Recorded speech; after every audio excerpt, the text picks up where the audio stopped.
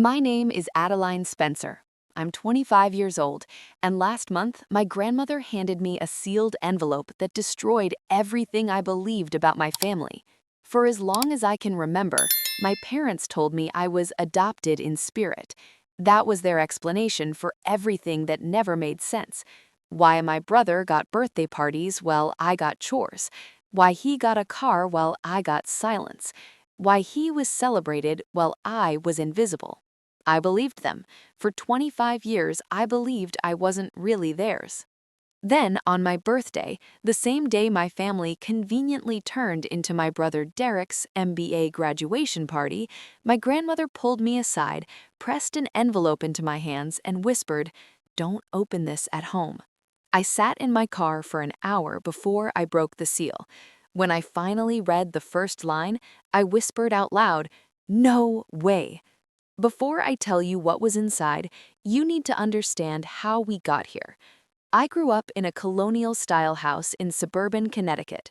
4 bedrooms, white shutters, a wraparound porch that looked like something out of a magazine. My grandmother bought it for my parents as a wedding gift. It was the kind of house that whispered old money, even though we never really had any. There was a family portrait hanging in the living room. I was in it, technically, but if you looked closely, you'd see me standing at the edge of the frame, half a step behind everyone else, like someone the photographer almost forgot to include.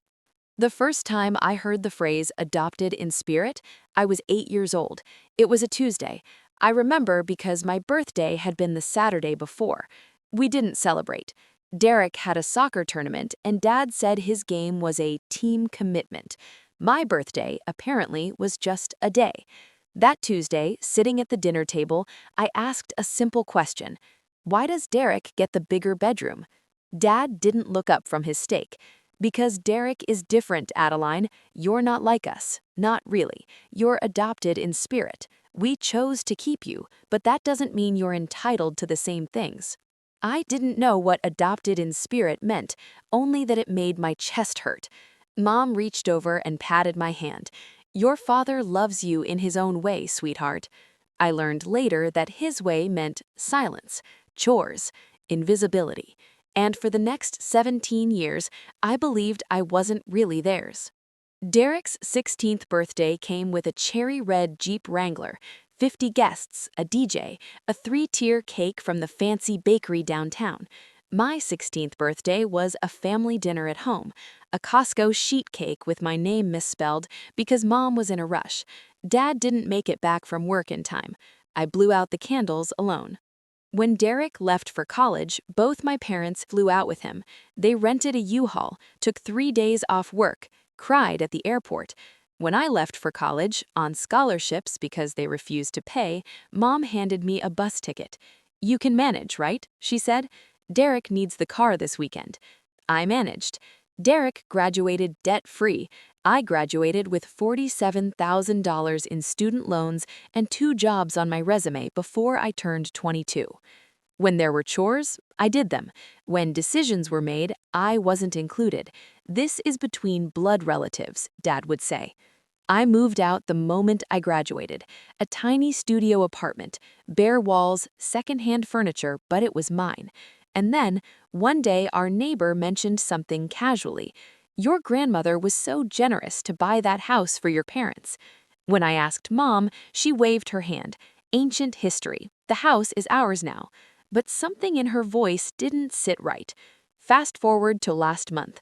I was 25, working as a staff accountant, making just enough to feel independent but not secure. When Mom texted me about Derek's graduation party, no mention of my birthday, I planned to skip it. Then Grandma called. "I need you to come home this Saturday," she said.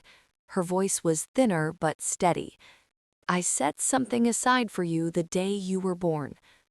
Something in her tone made my stomach tighten. "When I saw how your father looked at you," she said quietly, "I knew I had to protect you." That night, I booked a flight. The party was exactly what I expected. Caterers, flowers, 40 guests, a massive banner congratulating Derek. Mom handed me a list of chores the moment I walked in.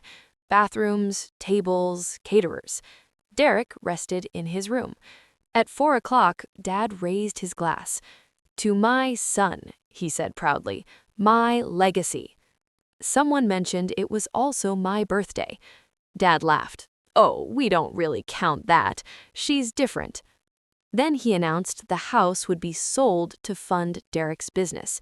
That's when Grandma stood up. "I believe you've forgotten whose house you're standing in," she said calmly. She took my arm and led me away from the crowd. At the rose bushes, she pressed the envelope into my hands. "Go to your car," she said. "Read it alone." Inside were 3 documents: my original birth certificate, an irrevocable living trust dated 3 days after my birth, and a letter in Grandma's handwriting. "You are not adopted in spirit," it began. "You never were." I was their biological daughter. The trust named me as the sole beneficiary: the house, the savings, everything. My parents had never owned the house. They had been living there as tenants for 30 years. I called the lawyer that night. "It's real," he said. "Your grandmother planned this carefully." A formal reading was scheduled for the following Saturday. That week, my parents panicked. They tried to get me to sign documents waiving my rights. Mom showed up at my apartment with flowers that weren't even my favorite. "Keep the peace," she said. I didn't sign. The reading took place in a glass office overlooking the river. Dad arrived confident, smiling, already counting money. Then the lawyer explained the trust. The room went silent. I stood up and told them the truth. Dad called it fraud, manipulation. Then I showed them my birth certificate. For the first time in my life, my father looked afraid. "You're not really family," he snapped. "Yes," the lawyer said calmly, "she is. Legally, biologically, in every way that mattered." I gave them 90 days to move out, more consideration they ever gave me. Afterward, Grandma sent me another letter. She explained my father had grown up believing daughters were worth less than sons. It didn't excuse him, but it explained him. The trust wasn't revenge, it was protection. A year has passed. The house is mine now. I paid off my loans, built a life. Grandma and I have tea every Sunday. My parents moved into a small apartment. Derek is figuring things out. And me, I stopped apologizing for existing. I stopped waiting for permission to belong.